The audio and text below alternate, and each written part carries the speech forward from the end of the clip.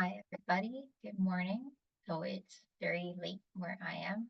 I wish I could make it in person, but I've got a flight to catch. So you're going to have to see the recorded version instead. Oh well. My name is Emily. I'm part of group 3, along with Rita and Evelyn, and we did our project on Cedar Valley Selections. So Cedar Valley Selections is an Ontario startup. They are family owned and operated still. Started in 2015 when Amin got a $3,000 grant from his high school, and him and his mom started his company.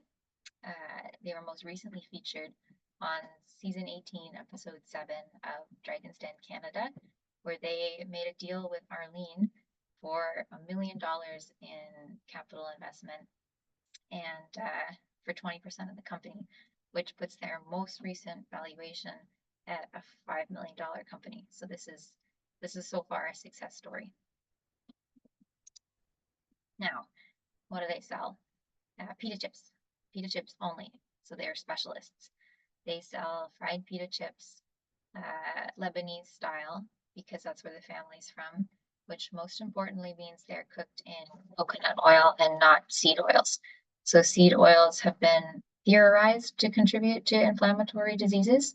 So it's definitely a positive that they're not using them. These chips are also genetically modified product free. So these are a health product, but Rita is going to talk about the promotion a little bit later. Now, they only make pita chips, so their product mix width is 1. They have no diversification. However, they have 4 flavors of chip. So we would group those together because they're similar into a line, say that it has a line depth of 4. A line length of 4. My apologies. The depth is 3, and the depth is determined by the packaging. So they sell these in 100-gram bags in store, but they also sell them online in packs of 6 and 12 bags. And finally, this would be considered a convenience product, a consumer convenience product, because it's grocery. There's not a lot of effort or active search that goes into finding them, which is why it's so important that they can expand their distribution, which again, this is later in the project. So the price in my final section. It costs about $1.80 to produce each one of these bags, and they sell them to their retailers, so not to their consumers, for $2.67. So the profit that Cedar Valley makes is about a 33% margin. Well, I think they say 32% on Dragon's Den.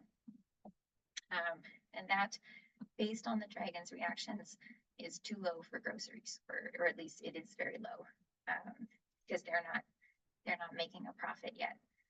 And unfortunately, even though their margins are so low, they have to sell them for almost $6, or at least the retailers sell them for, which is very high.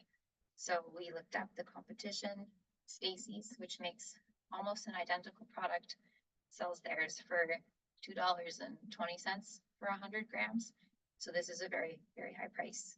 Their online packs of 6 and 12 go for $35 and $64 respectively, which is a $1 discount, but still a very expensive product. And so this combination of high price and low margins necessitates that they use a premium pricing strategy. So premium pricing is just where you give a high price, and that implies that the product is also a high quality. And it works because it uses this tactic of psychological pricing, where consumers associate that high price with those other positive attributes of exclusivity and quality. Of course, it works best for a product that is high quality, but all the dragons really liked these when they came out. So there's a good chance that they are a quality product. The other important tactic they use is value communication. And this is how they are justifying the high price to consumers who can look beyond that psychological trick. So they are constantly trying to promote the fact that they are GMO free, and that they don't use any seed oils in their production.